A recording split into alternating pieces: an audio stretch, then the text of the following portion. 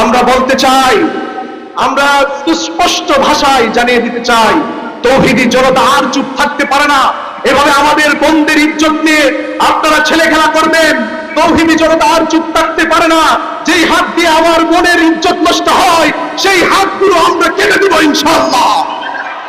এই জন্য ভাইরা, আমরা দেখতে পাচ্ছি আমার নবীর কোরআন যেটি 23 বছর নবীজি কষ্ট করে এই পৃথিবীতে আমাদের জন্য রেখে গিয়েছেন, সেই কোরআনের অবমাননা হচ্ছে নর্থ সাউথ ইউনিভার্সিটিতে।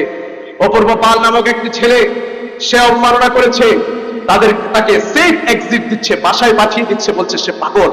আমার নবীর ব্যাপারে বললেই শুধু পাগল বলবেন, তাকে পাগল বানিয়ে দিবেন? আমরা স্পষ্ট ভাষায় বলে দিতে চাই, এই রামপুরের এই চৌরাস্তার মোড়ে এই বাজারের মধ্যে যদি আমার নবীর উপরে কেউ অবমাননা করে, আমার কোরআনের উপর অবমাননা করে, তাকে প্রকাশ্যে ফাঁসির কাস্তে ঝোলাতে হবে, ঠিক কিনা?